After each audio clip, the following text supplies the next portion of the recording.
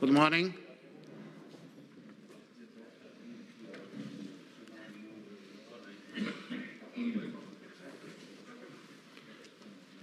May I? TV is ready. Allow me to introduce myself. As you know, I am João Vieira Borges, Major General, President of the Portuguese Commission of Military History.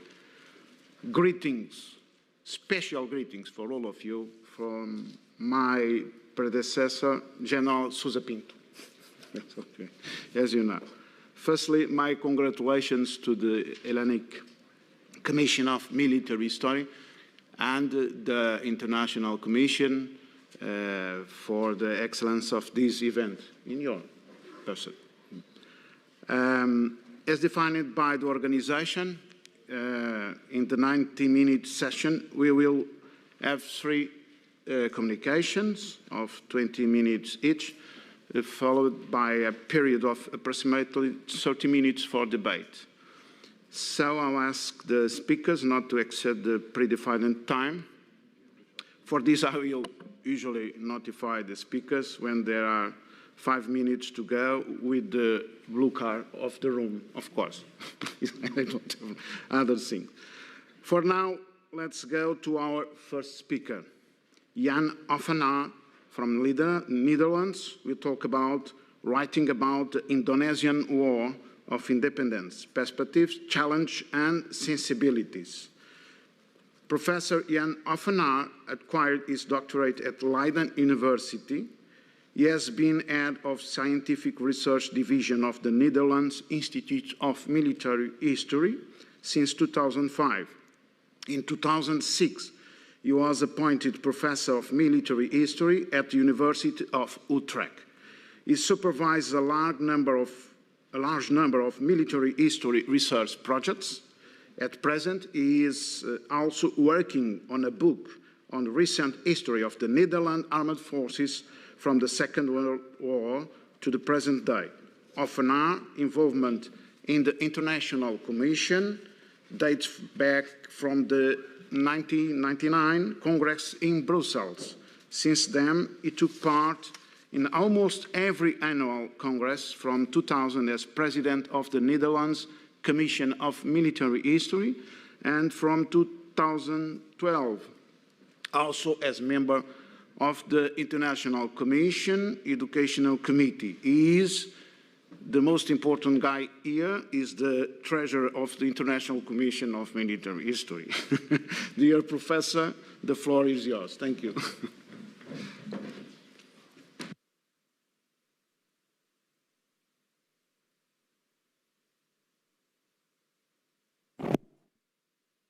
Dear President General, thank you very much for your kind introduction. First of all, I would like to thank the Hellenic Commission of Military History for organizing this excellent conference and also for giving me the opportunity to present my paper today. Ladies and gentlemen, researching and writing about a war of independence that took place in the past can be a very challenging activity. We are currently experiencing this challenge firsthand in the Netherlands, as 3 Dutch research institutes in cooperation with Indonesian researchers are conducting a major study into nature, scale, causes and impact of Dutch military operations during the decolonization war or War of Independence in Indonesia in the period 1945-1949. This is a very sensitive subject in both Dutch and Indonesian society, politically, and certainly also in the academic world. Today, I would like to share the key challenges of this research with you. They concern the following issues. Even kijken. Ja. Firstly, various parties have a stake in the results of this research. Most of these parties are emotionally involved and they are often diametrically opposed to one another. Furthermore, researchers within the research program sometimes engage in fierce debates because they disagree to an extent on the focus and the general approach of the program as a whole. Dealing with different realities and perspectives when analyzing Dutch military operations is a methodological challenge.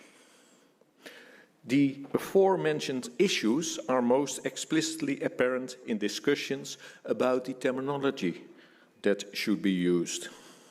The last challenge, ladies and gentlemen, concerns the recording and presentation of the research results. I will discuss these issues shortly, but first a brief word about the reason for the research program and the program's structure. As has happened in several other former colonial powers, the past 10 years has seen the military dimension of the retreat from the colonies come under the spotlight in the Netherlands. Relatives of Indonesian victims have filed lawsuits against the state of the Netherlands. Investigative journalists and documentary makers have taken up the subject, and historians have published a number of controversial works. The publication that caused the greatest commotion was the dissertation of a Swiss-Dutch historian, maybe some of you remember him from Cameroon, Remy Limpach, which bears the telling title General Spoor's Burning Hamlets. General Spoor was the Dutch army commander in Indonesia. It became clear that there were compelling arguments for the proposition that the generally accepted view in the Netherlands that Dutch troops had used excessive force only occasionally was incorrect, and that they had used excessive force on a structural basis. In 2017, the Dutch government therefore decided to make funding available to 3 reputable research institutes for a 4-year independent academic study into the Dutch military operations in Indonesia. As seen from a broad political, societal and international context. One of the institutes is the Netherlands Institute of Military History, to which I am affiliated. No fewer than 40 Dutch and Indonesian historians are involved in this research. There is a partially international academic advisory committee, of which I am the chair. There is also a focus group led by a former Minister of Justice, in which the groups in Dutch society to which the research is most relevant are represented. They are not involved in the research itself, rather they follow the research in terms of repercussions on society. And they do so with suspicion, and this is understandable, of course, because the scale of the research program is so large, and because it is funded by the Dutch government, its findings will strongly influence, if not determine, the general view of the war. This is the major social significance of the research program. Those directly involved, the veterans, but also the large group of people living in the Netherlands who have a Dutch East Indies colonial background and their relatives, fear that they will all be put on the dock. They worry about the researchers' biases. They argue that colonial rule is automatically viewed in a negative light, certainly in academic circles, and that the violent attempt to restore colonial rule following the Second World War elicits even a stronger academic dislike. Particularly veterans and their relatives fear that nuances will be lost in the general narrative. For instance, the nuance that primary responsibility for their actions rested within a government that sent them misinformed and inadequately prepared into what was, certainly with hindsight, a questionable war. Although some of their allegations and even threats against the research program and some individual researchers sometimes go too far, everyone should be aware that they originate from groups in the Netherlands who will acutely feel the pain brought by the research findings. At more or less the opposite end of the spectrum are smaller activist groups that have strongly criticized the research program from the start because they believe that it focuses too narrowly on the period 1945-1950 and therefore ignores the 350 years of colonialism, and that it relies the program relies too heavily on Dutch colonial sources alone and therefore completely disregards Indonesian perspectives. They therefore reject the research finding in advance. It is striking that this rejection of the research program's Netherlands-centric approach is essentially in keeping with the criticism of a few post-colonial historians, as they are referred to, within the research group itself. These historians also point out that, at present, the researchers are mainly using Dutch administrative and military sources, and, in their view, these sources only represent the oppressor, not the oppressed. They therefore believe that the researchers should go to Indonesia to discover the perspectives of locals by listening to their stories and experiences. Only then can the full story be told. While this post-colonial criticism certainly has a merit, no doubt about that, a number of practical points must be noted. First, these critics must also acknowledge that despite several visits to Indonesia, something that has been impossible in the recent 1.5 years because of COVID-19, the yield of their research, although valuable, is very limited. Indonesian written sources are scarce, and the results of interviews with residents and relatives are mixed. A more fundamental second point to note is that, at most, these interviews provide interesting information about the local impact of only a few Dutch operations from the perspective of relatively random witnesses or relatives. This means that there is the risk of overlooking the fact that there is no single local perspective because interests and opinions differed locally as well. The critical historians are therefore at risk of becoming rather far removed from the main focus of the research program, namely the search for a contextual explanation of transgressive Dutch violence.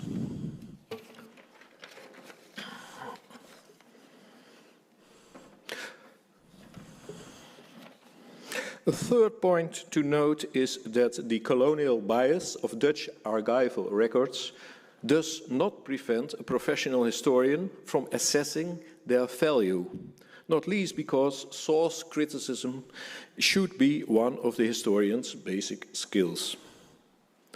The last, but certainly not the least important point to note is that the climate for free and independent research in Indonesia is unfavorable. The official narrative there regarding the War of Independence is that after the Republic was proclaimed on 17 August 1945, the National Army defended the Republic's independence against the Dutch aggressor that wanted to reoccupy the country. In-depth research into the true cause of events behind this narrative of national unity would reveal the deep divisions among the populations at the time and could increase the need for thorough research into the violent takeover of power by the army in the mid-1960s. The political establishment and the military prefer not to risk the unrest that could be stirred up by such research. It is for this reason that decades of attempts to access the military archives have had little success. It is also for this reason that earlier requests of Indonesian historians for permission to research the period 1945-1949 were always denied by the Indonesian government. And it is also for this reason that the mostly young, curious Indonesian researchers who are involved in the current major research program are in a very difficult position. On the one hand, they are happy that they now have the opportunity to conduct research into their own recent history because of the financial resources made available by the Netherlands. On the other hand, to create as much scope as possible for their research, they considered it necessary to keep their distance from the major research program, especially in terms of content, because the program is funded by the Dutch government, that is the former enemy. The Indonesian researchers therefore have their own independent research program, although there is interaction and even a degree of cooperation with the Dutch researchers working on a few sub-projects of the major research program. The truth, ladies and gentlemen, does not exist. Certainly not the absolute historical truth. The aim is to arrive at the most plausible representation possible using current professional skills and standards. If the researchers try to apply this to the analysis of transgressive Dutch violence in Indonesia, they must be able to deal professionally with at least 3 complexities, which I only mention here without going into further detail, just only to indicate that the major research program has methodological challenges as well. The first complexity is that of multi-perspectivity. What I mean by this in the present context is the need to explain Dutch military operations from different levels, from the strategic to the tactical and technical level, and from the international to the individual level, and in relation to the thoughts and actions of the adversaries. How do you weigh these perspectives against each other? The second complexity is that of the chronological distance between the researchers and their subject of study. And this is especially difficult when analyzing a war of decolonization, because of the strong ethical and normative charge of the subject, and because the way that we think and form judgments about the subject has changed over the decades. The third complexity concerns the inevitable need to make a distinction between what I refer to as the societal and legal realities in order to achieve an accurate analysis. Many terms, such as war and war crimes, have a much more precise meaning for legal experts than for historians and in the language used in wider society. Moreover, during the period in question, international law was undergoing major changes. The differences between historians and legal experts, between Dutch and Indonesian perspectives, and between the defenders of Dutch operations and uncompromising critics become most apparent in discussions among the researchers and in public domain about terminology. Can we speak of a war of decolonization, as is common in international discourse? Or would it be more accurate to speak of a war of recolonization, a reoccupation, or a war of independence? In view of the fact that the Netherlands transferred sovereignty over Indonesia in 1949, at the end of 1949, can we speak of a war at all?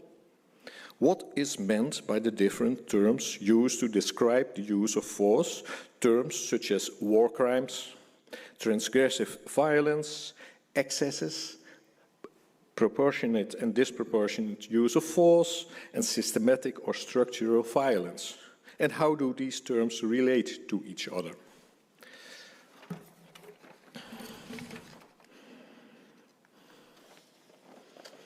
To conclude this tour of the challenges of the major study into Dutch military operations in Indonesia, let us briefly consider the intended results and the presentation of these results.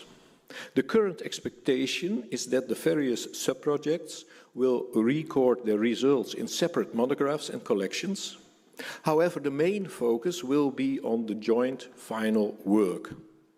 Originally, this final work was going to be a synthesis written by a single person, but this plan was fiercely criticized within the research group.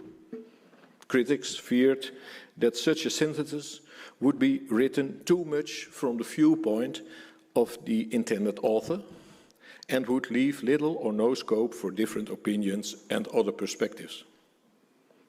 We are now working on a joint publication to which all sub-studies are contributing. An editorial board with representatives from all sub-projects was established for this collection. The challenge for this editorial board, of course, is to see if and to what extent efforts are still being made to bring the individual contributions somewhat in line and or at least connect them with each other and to arrive at a more or less unified analysis of the main theme. Such an analysis is not just an academic issue. It also has political and societal repercussions. Although the research is being carried out with full academic independence, the research program is a large-scale one and it is being funded by the Dutch government. The research findings are therefore of immediate political and societal importance. Experience shows, however, that politicians prefer to receive unambiguous, ready-made answers that they can work with immediately, and that the people on the street, so to speak, tend to form the simplest possible images of the past, ones in which academic nuances quickly evaporate.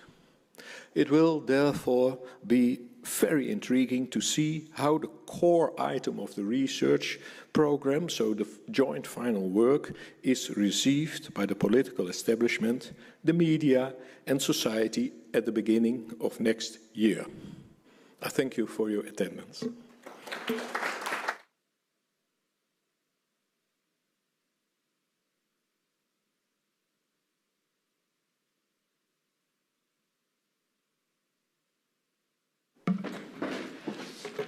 Thank you very much for your excellent communication, different than usual. It's a research problem, very interesting for some of us, like Portugal, with the decolonization of the different colonies.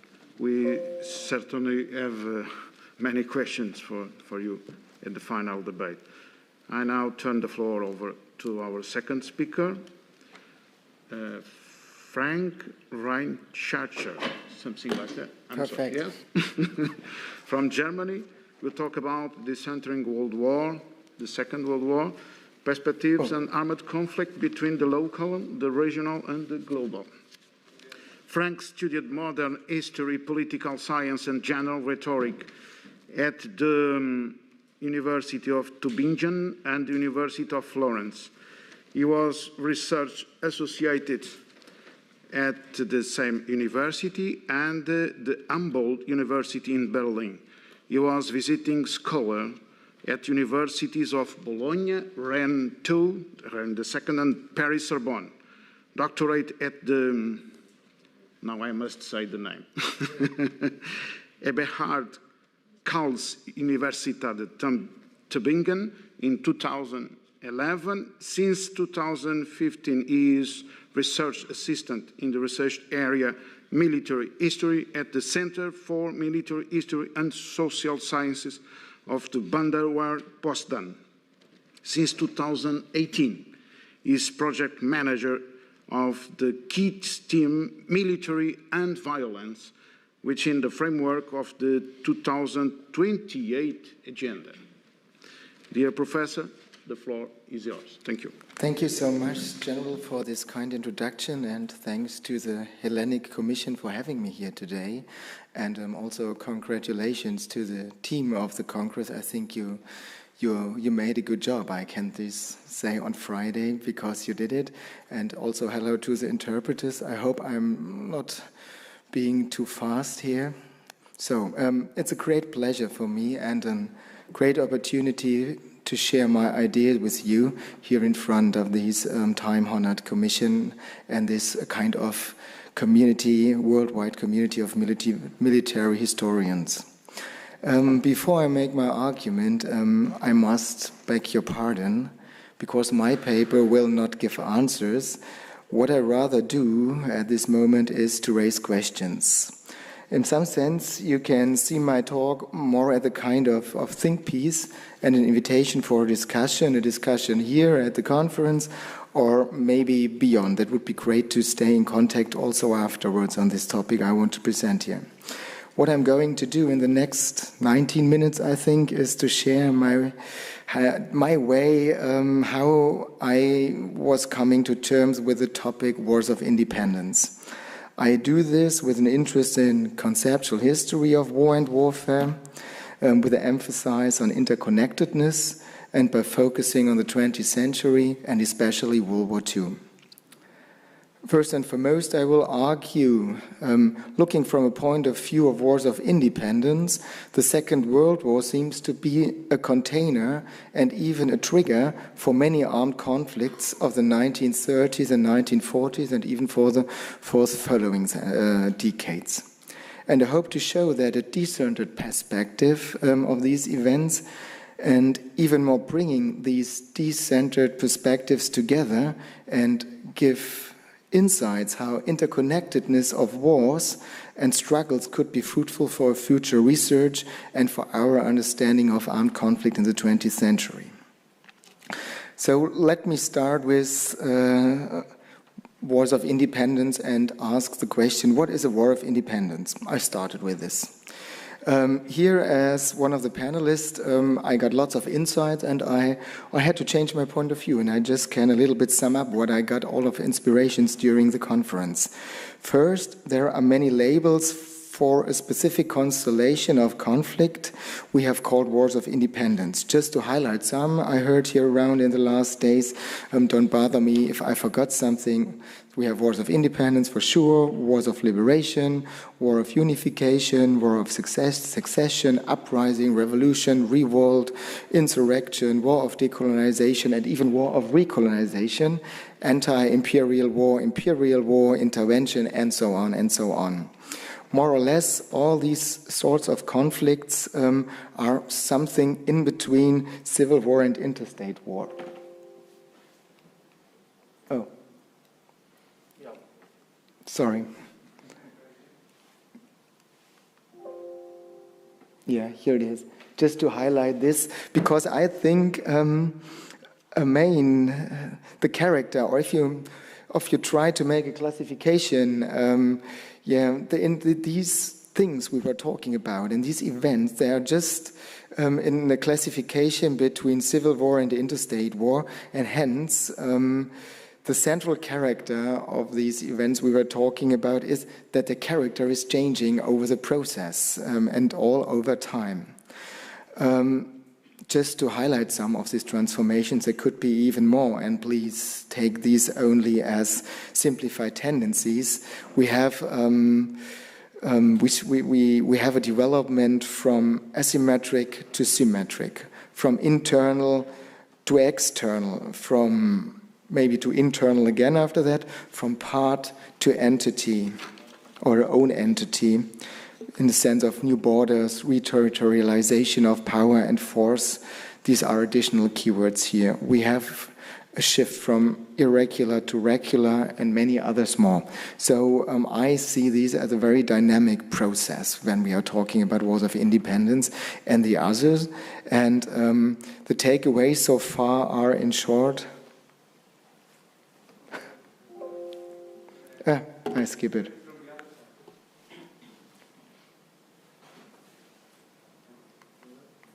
Yeah. Yeah. These were these things. And now, these are the takeaways so far. Wars and conflicts of independence have a hybrid character and are transitive and in flux, as I told you before. And also, we learn that wars of independence often are part of a broader setting. Here we have, for example, not only opposing forces to take into account, but also sometimes shifting composition of forces, shifting coalitions. I think this is obvious if you look at the things that happens in Afghanistan in the last weeks. And here one can emphasize to take a broader context into account by analyzing wars of independence. I call this a conflict environment, so to say. And with this interconnectedness of events and structures from the micro to the macro level, these are important aspects as well. And remember, many perspectives are always possible, and these perspectives should be part of an integral analysis. And here is the key word, as Jan van Hoffener mentioned also, multi-perspectivity. And this must be managed and it must be dealt with. Now in the second part, I'm going to apply these findings on the history of the Second World War. And this leads me to my hypothesis and a plaidoyer to a D-centered perspective on World War II. Just to start with some data. Honestly, I'm not a supporter of quantitative analysis of war, but I think here it's quite good and a door opener for my argument. First, I consulted the famous Correlates of War Project database, and here one can count for the years from 1930 to 1950, 59 intra- or interstate wars. And also an analysis of the English Wikipedia finds 182 entries of wars or armed conflict in the period of these 20 years I mentioned before. Hence, I think there are many small wars in the container of the big war. And big war is connected to different wars and armed conflict. And if you bring these things together, things happened on every level of analysis.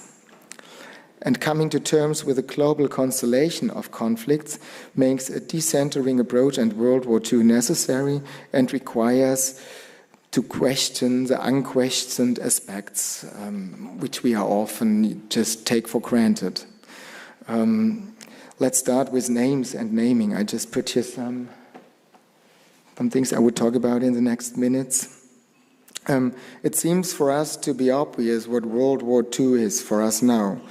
But this name is not a naturally given name. Sure, the term was used from September 1939 on. I think the Time magazine was the first one who did it in September.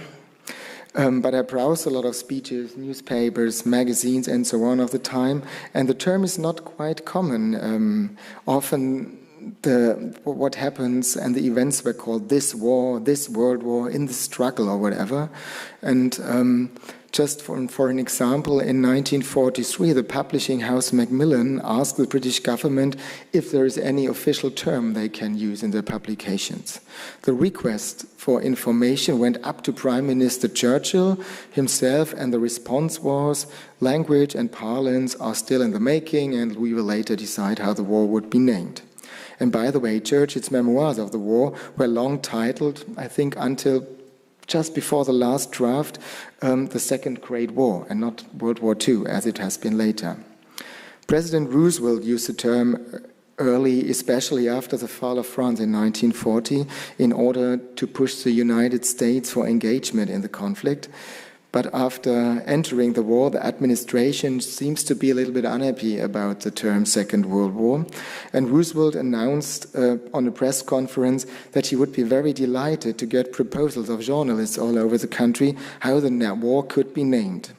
War for Defense of the Western Hemisphere seemed to be a good one, but it was too long, and hence Roosevelt voted for the Survival War. Later, in September 1945, directly after the victory over Japan, there was a governmental statement that the war should be named World War II for uniformity in official documents. And even looking at Japan, the Imperial General Headquarters Government Liaison Conference decided to name the war Greater East Asia War. Other suggested names were Pacific War, especially by the Navy, War against the United States and Britain, just to name the enemy, or War for the Development of Asia, just to name an aim in making sense of this war. And even an episode of our days is that in Ukraine, the War Museum in Minsk was renamed from Museum of the Great Patriotic War into National Museum of the History of Ukraine in the Second World War. This happened in 2015. I do not want to cause diplomatic crisis here, so I leave the interpretation for this renaming process to yourself. And there could be many examples more, but one can say is naming something is a very powerful political tool. There are many ways of making sense of conflict, and there are different scales in the name people or governments gave to the fighting which occurred around them. That means also, I just decentered here what we call the Second World War and put their emphasis on other things. We could also decenter the World War II in time. So when did it begin? Every warring nation, I think, has its own beginning.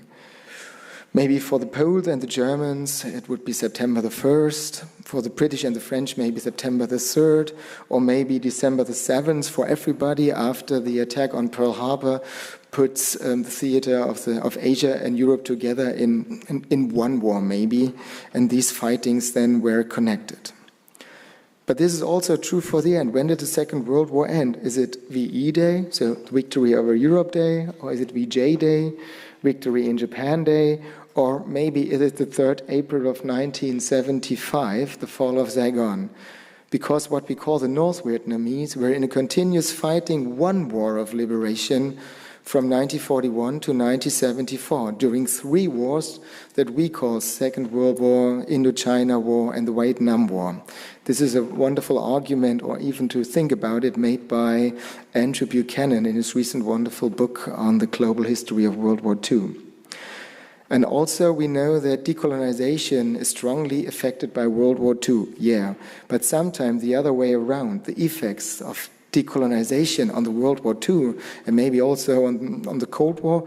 On the Cold War, not it's underestimated, but on the Second World War, this is underestimated. And here I see decolonization as a long process and not as a date where a state becomes independent. I see here this process has also not only effects in the colonies or in the colonized regions, but also this decolonization process has effects on the Second World War and later on the metropole, just to call it, in quotation marks maybe. And here I'm talking just about space. Space is also an important category for decentering war and events all over the globe are interconnected and have huge effects on each other.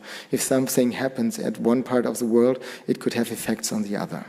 The Middle East, for example, the perimeter of the British imperial defense of India, I think, is a good example for this. Here, especially the British events in the Mandatory of Palestine. So the complex conflict between the British, the Jewish community, the Arab community were heavily affected by the war in the Mediterranean and the Western Desert, and also with the Japanese advance in Burma. For example, Jewish soldiers fought alongside the British when German forces threatened the territory east of Suez. But after the Second Battle of El Alamein and the elimination of the Strait, the struggle over Palestine was heated up again. This is once more just an example that the global south and the southern perspective on the conflict could be very fruitful. This leads also to the decentering, native speakers of the actors. I think non-native speakers call people who act actors, but you know what I mean. Time is running, though, just a few bullet points here. We should look at the composition of armies as well. For example, imperial armies and also the German Wehrmacht. They were very diverse corpses. For example, in 1944, more than 20% of the German troops on the east, seen from a German perspective, east were of foreign origin. And we should take the huge amount of people into account. They are working from all over the world, which were necessary for building up and running infrastructures and bases for global warfare. Just to take 2 examples of how we should take more people and men and women into account, from logistic experts in this case to forced laborers or whatever. There would be many more, but I hope some aspects of what I mean with the strange topic of decentering World War II became clear and show the potential of this approach. The good thing is, this is not all new. A lot of work has been done on different perspectives on World War II, or to put World War II in a broader term, conflict in the 1930s and 40s. But I think that's not the point. My point is that we have to bring these perspectives together. On this base, we can ask how local, regional, and global conflicts of the 1930s and 40s, and even longer-lasting ones, influenced and triggered each other. This would be contributed to a less fragmented and even more panoramic view of World War II. How this could be done, I think that would take more 20 minutes. But just to say, one approach is bring knowledge and perspectives together.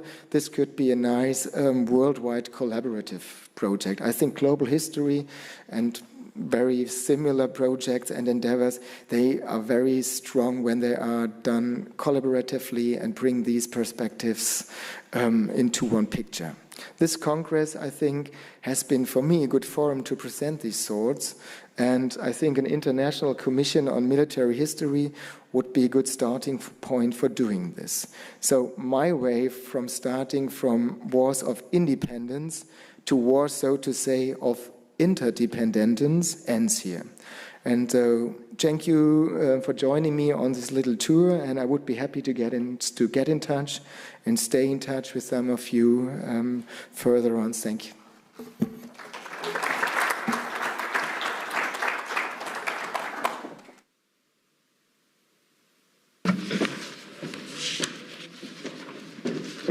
Thank you very much. We will discuss, obviously, the concepts at the end, of course. I now turn the floor over to our third speaker, Andreas Karios from Cyprus. We'll talk about the impact of the Greek War of Independence, 1821, on the national liberation struggle of Cyprus, 1955-1959. Andreas' research activities cover the Greek and Cypriot history of the 19th and 20th centuries, with a special interest in the development of the armed enosis movement of AOKI 1955-1959, as well as the British response to suppress the insurgency. He has been teaching faculty in various academic institutions, providing education to undergraduate and postgraduate students, but also to Cypriot policemen. Currently, he offers his expertise as curator at the National Struggle Museum in Nicosia, Cyprus. Dear Andreas, the floor is yours. Thank you very much. Thank you. Good morning. Let me start by congratulating the organizing committee for organizing such a wonderful Congress, as well as thanking them for giving me the opportunity to be included in the list of speakers and develop deliver a presentation on the impact of the historical legacy of the Greek Revolution on the national liberation struggle of Cyprus.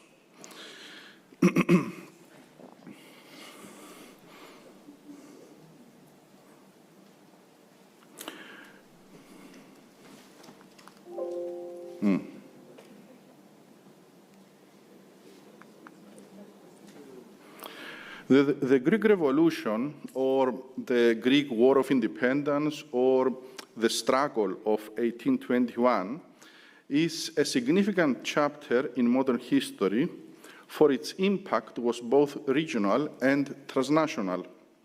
The efforts of the Greeks ended Ottoman rule and brought about the proclamation of the Greek independent state in 1830. In the decades that followed, Greek independence decisively generated a surge of nationalism in the Balkan Peninsula, spurring the formation of states across the region. The Greek War of Independence also had a decisive effect on Cyprus. During the war, Ottoman authorities in Cyprus executed Greek Cypriot political elites to stave off a possible Greek Cypriot uprising, while between 400 and 1,000 Greek Cypriot volunteers participated in the mainland uprising. More significantly, though, the Greek Revolution and its immediate result, the establishment of an independent Hellenic state, became the foundation for the development of the Greek Cypriot Enosis movement to liberate Cyprus and unite it with Greece. In the period of British colonial rule following the Ottoman occupation of Cyprus, the historical legacy of the Greek Revolution held a pivotal role in the promotion of Greek national identity and political desiderata by the Greek Cypriot majority.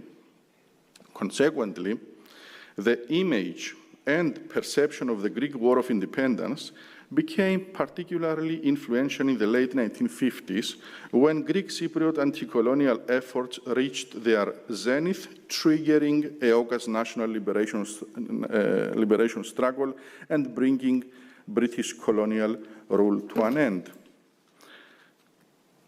My study, the present study, discusses the multifaceted impact of the Greek War of Independence on the EOKA insurgency in Cyprus in 1955-1959.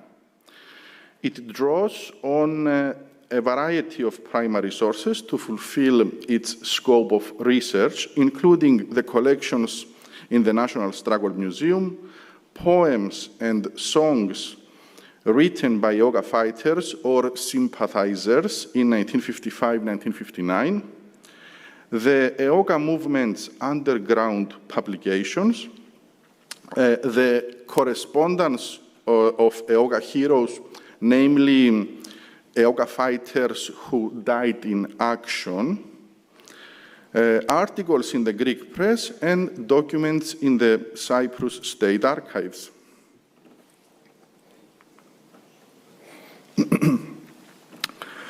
Throughout British colonial rule, the memory of the Greek Revolution influenced the development of the Cypriot Enosis movement, both politically and as part of the collective memory of the Greek Cypriots. The Greek War of Independence had a profound impact on the nature of the armed Enosis movement of EOKA. Initials stand for Ethniική Οργάνωση Κυπρίων Αγωνιστών, the national organization of Cypriot fighters. So the impact was profound on EOKA when the organization launched a physical insurgency in Cyprus in the late 1950s. More precisely, EOKA, when determining its operational model, quoted the national liberation struggles of the Greek Revolution of 1821-1830 and the Greek resistance of 1941-1944 against Axis occupation, rather than any other anti-colonial movements. It was not coincidental, therefore, that the military leader of EOKA, Georgios Grivas Digenis, referred to the Greek tradition in guerrilla warfare. He understood the Greek War of Independence as a historical experience in which the main methods of irregular warfare were employed and could be deployed in Cyprus. In his book, Guerrilla Warfare and the EOKA's Struggle, he explains the reasons that drove him to use guerrilla warfare as the best method to liberate Cyprus. I quote, "The Greek War of Independence of 1821 began as a guerrilla war. Although subsequently its forces grew greatly in strength, the bands of irregulars became organized on military lines, and with the help of foreign Philhellenes who came to Greece, a small number of regular corps were formed. Nevertheless, the methods generally employed by the revolutionary army were guerrilla methods. For, faced by a vastly more powerful army, the weaker side cannot employ the conventional methods of warfare, but is bound to adopt new ones which will make up for its inferiority in numbers and material means." End of quote. The influence of the Greek Revolution on the organization of EOKA can also be traced in the process EOKA developed for the recruitment of fighters. The secret ritual of initiation involved oath-taking and the oath of EOKA resembles the oath used for admittance to Φιλικιεταιρεία, the Society of Friends, a secret organization which played a leading role in the preparatory phase of the Greek Revolution. A comparison of these two texts reveals the common expectations from the prospective members, that is, service to the country and the nation, implicit obedience to the leadership of the organization, and a commitment to safeguard the secrecy of the organization. Also, in both texts, it was plainly stated that for those who did not honor their oath of allegiance, the punishment was death. Events commemorating the Greek War of Independence, held on March the 25th, provide evidence of the impact of the Greek Revolution on the national liberation struggle of Cyprus from 1955 to 1959.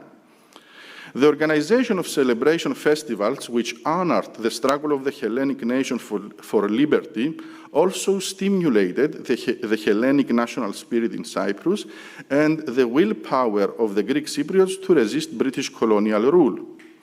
It also rebuffed any allegation made by Britain before the international community to dispute the Greek ethnicity of Greek Cypriots. EOKA mobilized the Greek Cypriot people to celebrate the Greek Revolution on March the 25th through its affiliated organizations, PECA and ANE.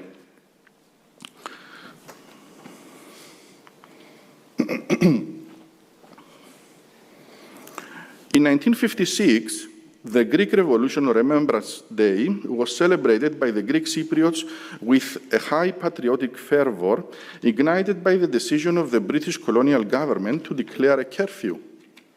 Despite orders issued by the colonial authorities, the local press reported the curfew was disobeyed in 600 instances, and bomb attacks against British soldiers occurred in the cities of Paphos and Famagusta. In 1957, in the course of commemoration events in Limassol, the colonial police used tear gas to disperse demonstrating mobs, while in Nicosia, the British Army resorted to the use of batons to combat parading Greek Cypriot youths. The following year, the colonial government did not ban March the 25th commemoration festivals. Consequently, as the newspaper Eleftheria vividly reported, and I quote, "The crowds of people flooded all the streets of the island, which were covered by Greek flags," end of quote. The Greek Revolution Remembrance Day was honored even by detainees, thereby defying, in some occasions implicitly, the ban imposed by the colonial administration of prisons and concentration camps. Amongst the various incidents that have been identified in various sources, the celebration of the Greek Revolution Remembrance Day in the Pila detention camp in 1957 provides a remarkable snapshot. The detainees, after parading, performed the theatrical play Cyprus Fights. Even more impressively, they used flammable materials to write EOKA in the yard of the concentration camp, as you may see from the photographs on the slide. It's from their parade.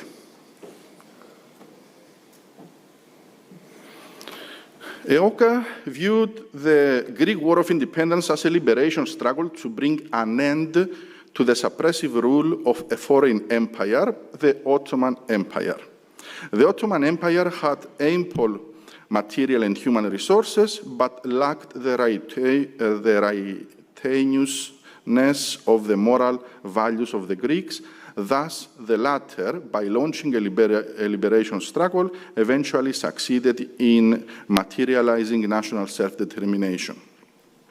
This was the perception of the Greek Cypriots. In line with such a consideration, the Greek Cypriots Armed Enosis movement determined and projected its origins, development, and modus operandi as a liberation struggle directed against the British Empire, thereby continuing the spirit of the Greek Revolution. At the same time, by using the historical experience of the Greek War of Independence as its referent, it indicated to the Greek Cypriots that their own liberational struggle would likewise be victorious. Indeed, the first leaflet circulated by EOKA on April the 1st, 1955, amongst a list of those who had fought for the liberation of Greece, highlighted the fighters of the Greek Revolution and declared, and I quote, "Liberation from a foreign ruler is always gained by shedding Greek blood," end of quote. In another leaflet, EOKA leadership again referenced the Greek Revolution and stated, I quote, "The steamrollers of Kütahy and Ibrahim ravaged everything. But all this did not subdue the morale of enslaved Greeks and strengthened their persistence to struggle, and they won. Why we, genuine descendants of them, prove ourselves inferior?" End of quote. It must be taken into account that the EOKA, in its official publications and rhetoric, frequently referenced the fighters of the Greek War of Independence and their heroic deeds, with the main objective to hold these historical figures up as a model of virtue. More importantly, however, by referring to the Greek Revolution, EOKA sought to legitimize its establishment of an armed movement in Cyprus and win the aid and support of Greek Cypriots. This was a precondition for its survival as an insurgent movement, especially when considering the operational terrain in Cyprus did not favor the application of guerrilla warfare in its classic paramilitary patterns.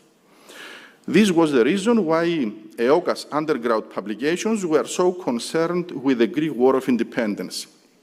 In the 15 issues of Αγωγή των Νέων, Youth Education, an EOKA periodical, the Greek Revolution is mentioned 40 times. Specifically, one can identify 12 references to the Greek War of Independence, 5 to its forerunning events, 12 to leading fighters of the revolution, 10 to military episodes, and 1 to the ecumenical patriarch of Constantinople, Gregory V, hanged by the Ottomans after he was blamed for his inability to suppress the Greek revolution. Another interesting aspect of the historical legacy of the Greek War of Independence was it became a source of inspiration for the fighters of EOKA. The inspiration took a variety of forms. To start with, around 200 military code names EOKA members used were inspired by prominent fighters of the Greek Revolution, including Ανδρούτσος, Γενναίος, Διάκος, Δίκαιος, Ζαΐμις, Κανάρης, Κολοκοτρώνης, Μακρυγιάννης, Μπουμπουλίνα, Νικηταράς, Πανουριάς, Τσάκος, Υψηλάντης, etc., etc., etc. Military code names were one of the security measures EOKA fighters adopted to hide their identities from the forces of the British colonial regime. The strong emotional power of the Greek Revolution exercised on the EOKA struggle is also mirrored in the arts.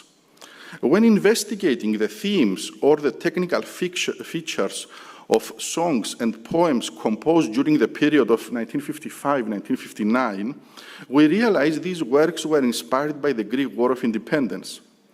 In the poem «Των προγόνων μιμητές», imitators of the ancestors, EOKA hero Grigoris Avxendiou chose death in March 1957, rather surrender, as the women of Souli did so many decades earlier when they were trapped by Ottoman troops near the village of Zalongo in Epirus, Greece.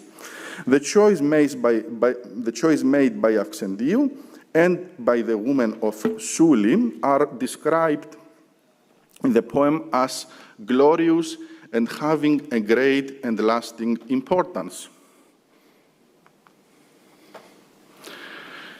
In a line of the poem, "Θα είμαστε εμείς οι νικητές," we will be victorious, the effort to liberate Cyprus revives various heroes of Greek antiquity and the Greek Revolution. And I quote, "Leonidas of Sparta and Athanasios Diakos live again in our souls," end of quote.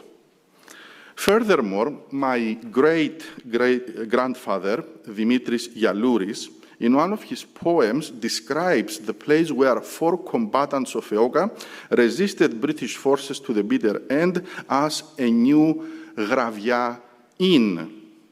In this way, Yalouris links the Battle of Leopetri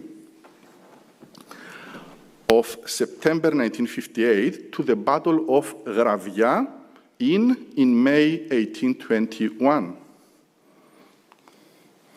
My grandfather and Eoka hero, Andreas Karios, he was killed in September 1958. He died in action.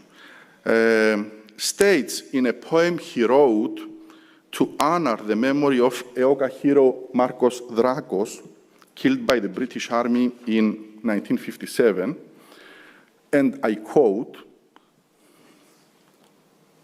that's his diary, my grandfather's diary, and I quote, "Your shed blood was not wasted. Cyprus writes with it a new 1821. Again, references to the Greek War of Independence.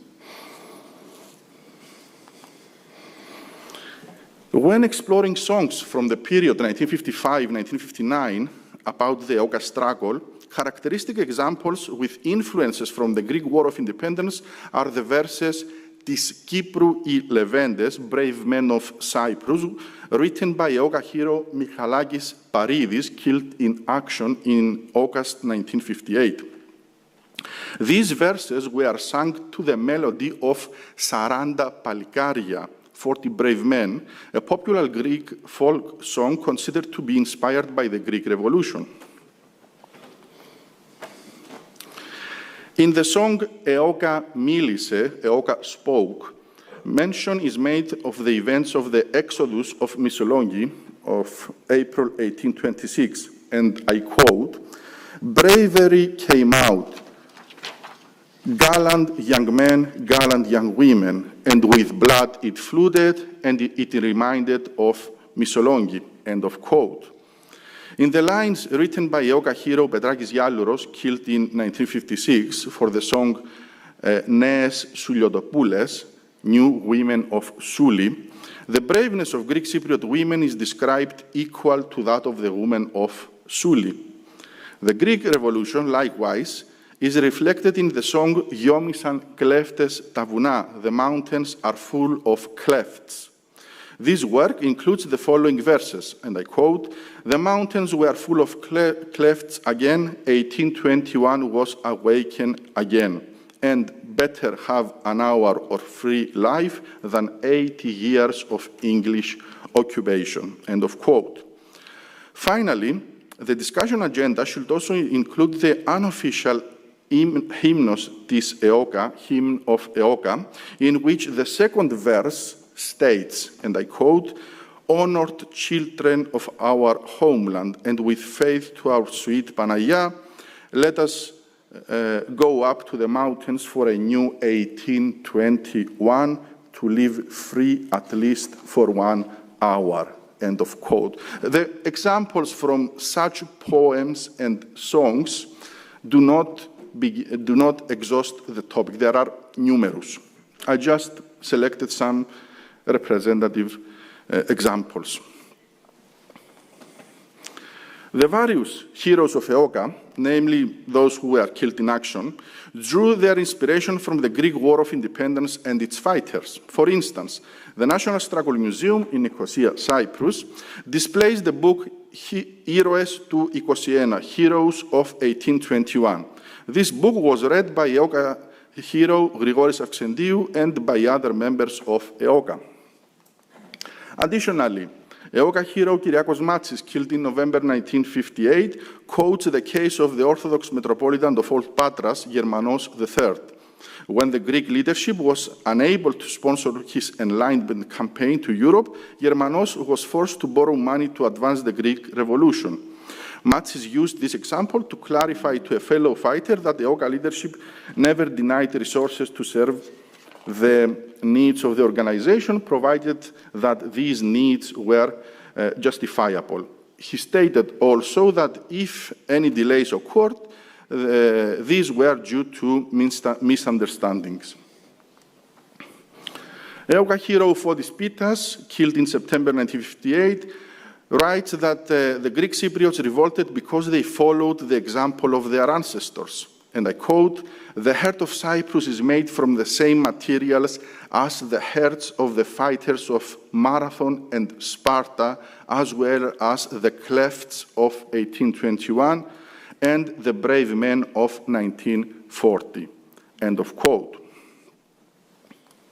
EOKA hero Savas Rotsidis, killed in November 1958, in a theatrical play he wrote, he calls upon Greek Cypriots, whom he considers descendants of the immortal heroes of 1821, to strike the British and bring foreign rule to a finale. Finally, EOKA hero Georgios Karios, that's brother of my grandfather, fatally wounded in October 1958, quoted example from the Greek Revolution to encourage the youth of the community of Avoru to staff the ranks of the insurgent movement. As his fellow fighter Andreas Arnaoutis testified, and I quote, "He made us believe that Theodoros Kolokotronis and the other fighters of the Greek Revolution were enormous." End of quote. To sum up, the effect of the Greek War of Independence is explicitly evident in the years 1955-1959, when the demand for the union of Cyprus with Greece reached its climax. The Greek Revolution was one of the main pillars of the Greek Cypriot rebellion's historical legacy, along with the Greek antiquity and the national resistance of 1941-1945. Indeed, EOKA identified in the historical period of 1821 to 1830 substantial raw materials to define its operational model and recruitment methods, and to project the ethnic identity of the Greek Cypriots, gain their active support, raise their morale, and inspire their collective will to resist British colonial rule. Also, the Greek War of Independence was a crucial source of inspiration for EOKA fighters and for Greek Cypriots generally.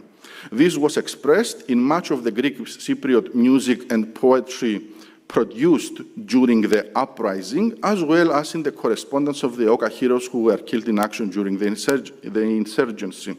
Consequently, having taken into consideration all the relevant historical evidence, we reached the conclusion that the Greek Revolution of 1821 to 1830 had a deep impact on the national liberation struggle of Cyprus of 1955-1959. Thank you.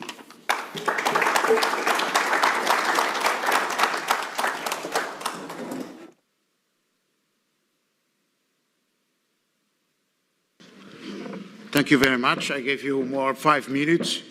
We understand it's not only military history, it's family history too. We understand. Thank you for this presentation. And now the floor is yours in other side, please.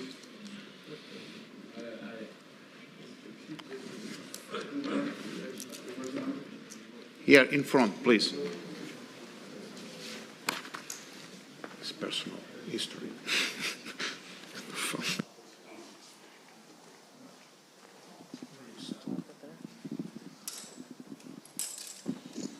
Thank you. Alon Klebanov, Israel. Okay, the question is to Frank Reichertzer.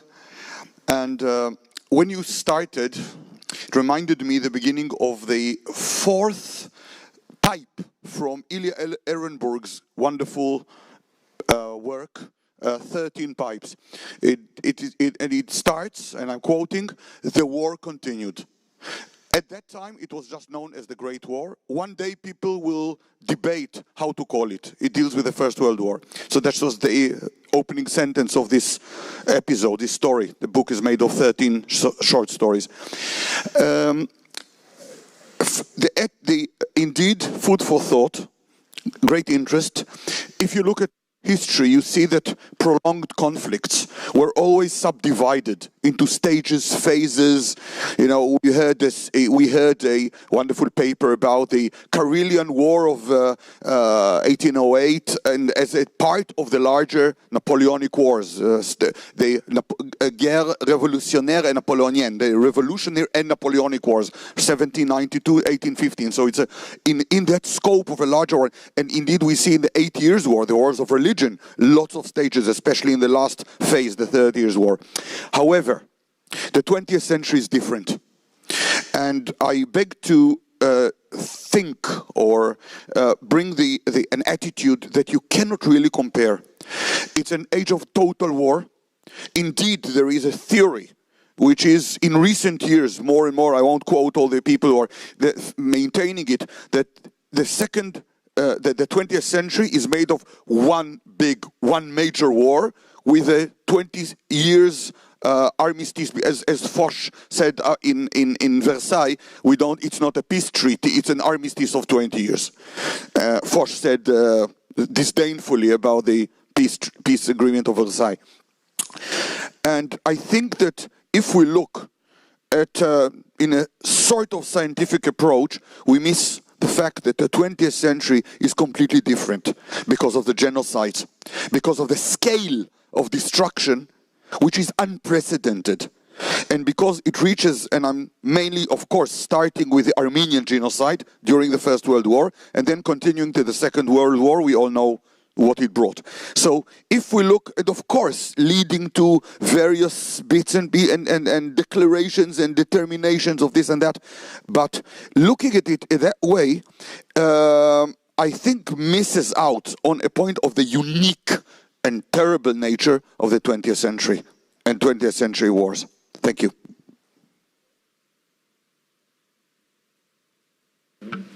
Yeah, thank you so much. I take this as a Thank you so much. I take this mostly as a comment, but I want just to draw attention on the interrelations and how I think humans are making relations. I think your paper was a very interesting thing on how people relate things, and that's also what historians should take into account, and that's what historians should analyze. So I totally agree with you, but I didn't get the point maybe right. The total difference of the 20th century, you said, is because age of total war, and that it was so extremely horrible and the scale of destruction, but I do not know how this interferes with my argument.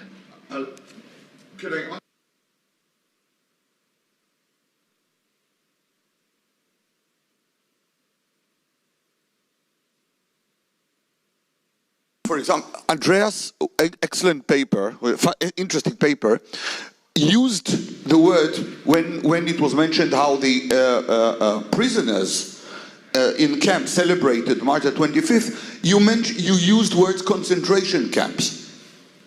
I would beg to say it's controversial.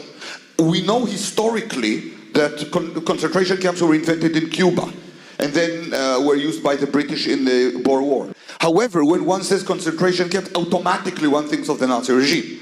So this proves that the Second World War sort of takes precedence also psychologically and overtakes other conflicts and other things in history in a way no other war does.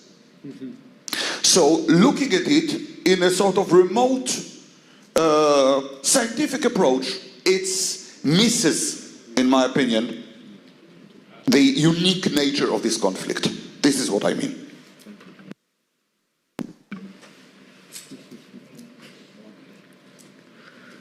Good contribution. Thank you. Next. From Cameroon.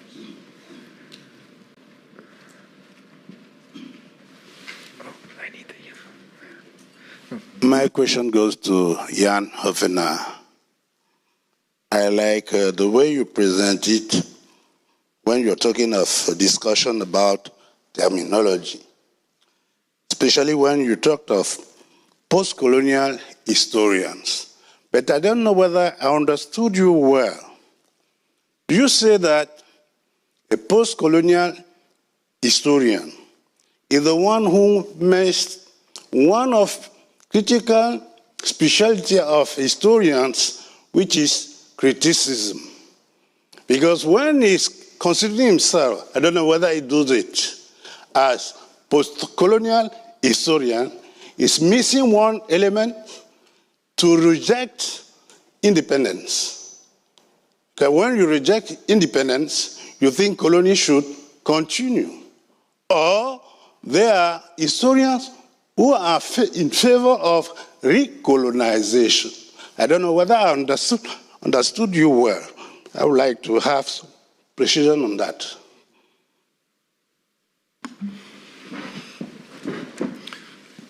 Thank you very much for your question. Yes, I was a little bit critical on the post-colonial historians, just because, as I experience it in the Netherlands, it is also connected with moral rightness, and there is only one story that in which you have to involve the in this issue the Indonesian view, and that is not what I disregard, but you have it is a sort of censure on what you are saying. You have to be you have to say colonialism is wrong, and from that point of view you disregard everything, for example, the Dutch did in Indonesia. That's the point of departure, and it is very difficult to try to do real historical research in what were the motives, the means, etc. At that time, and what was the thinking in that time. It has not to do with history has not to do with that was wrong and that was right, but it has to do with what happened, why it happened, contextualization. And that, I think, sometimes is missing in post-colonial historians. But they have a point, but I'm trying to be a little bit critical also on that perspective. I hope I answered your question. Yeah, but later maybe we can discuss on this. Thank you.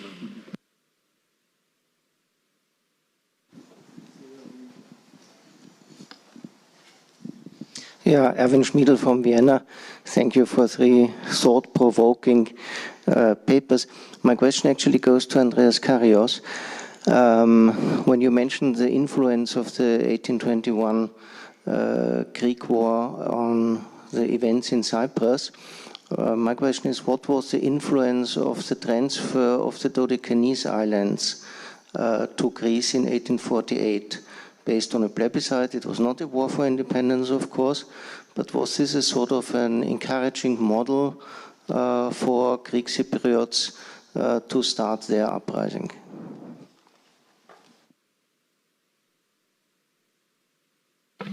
Thank you for your question. Basically, we have 2 major periods to distinguish the development, the evolution of the Greek Cypriot movement for union. The first one characterizes most part of the period of British colonial rule, and the influence of the Ionian example with the union of the 7 islands with Greece through political means was the dominant one. Then we have the period during which the Enosis movement of Cyprus was influenced by what we can say, the Cretan model, in which with armed means, through rebellion, the Greek Cypriots tried to gain their freedom. The Dodecanese island example or historical experience can be traced, but not through mentions, but it's logical to suppose that it influenced things nearby when this union was actualized in 1947, 1948. And it was during that period when the Greek Cypriots undertook more intense efforts to exercise pressure and gradually internationalize their case in the international fora. So the dominant examples of other regions uniting with Greece were the case of the Ionian Islands and what happened with Crete, under a Greek Cypriot perspective always, not how it happened in reality. So yes, mostly these two examples, not that much the Dodecanese. Thank you.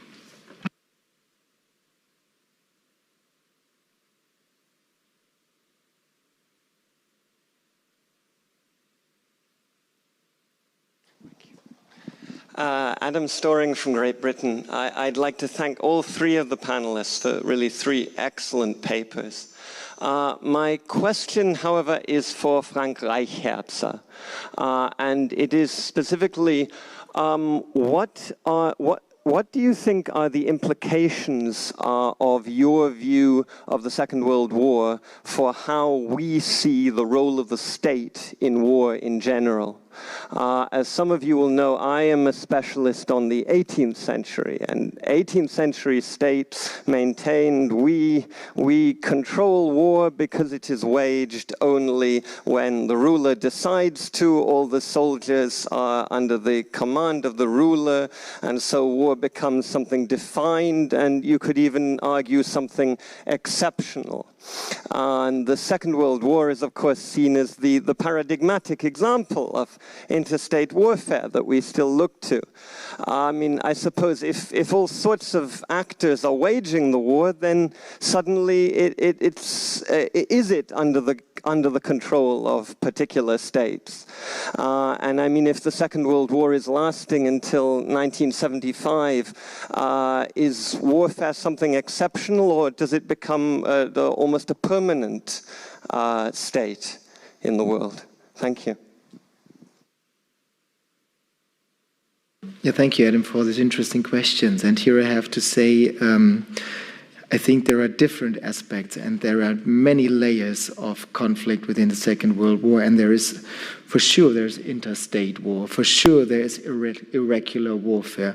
For sure, there are only, when you go to fighting against an irregular warfare, maybe on the Eastern Front or in the rear, then it's not a state against state. Then it's army against peasants in some sense. So we have to see that are different layers.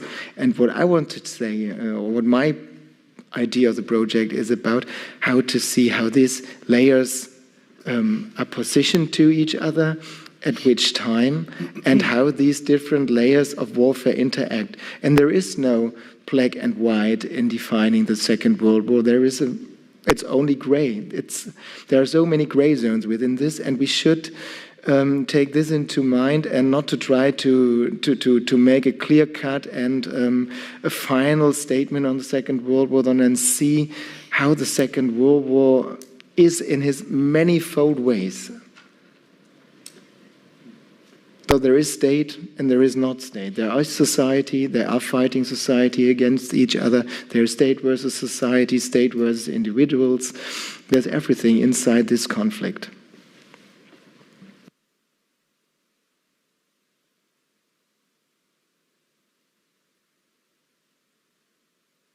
Time. I think we finished this with more questions. But I can say in conclusion, despite the different themes and war concepts presented in this panel, I can highlight the importance of sovereignty and independence for states. Despite the evolution of the world since 1648, Westphalia continues to dictate the regulatory norms of the international political system. The ways to guarantee independence and changing eventually with a greater weight of non-military strategies, political, diplomatic and economic, but without never neglecting the traditional military strategy in the ambit of the grand strategy of the state. Thanks to the speakers, thanks all of you, and thanks to the translators. Thank you.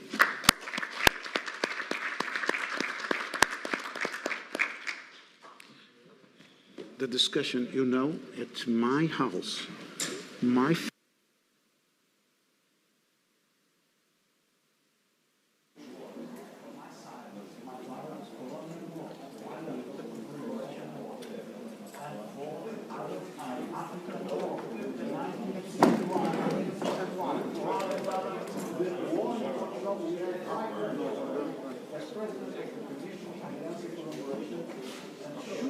one concept is to be on one side.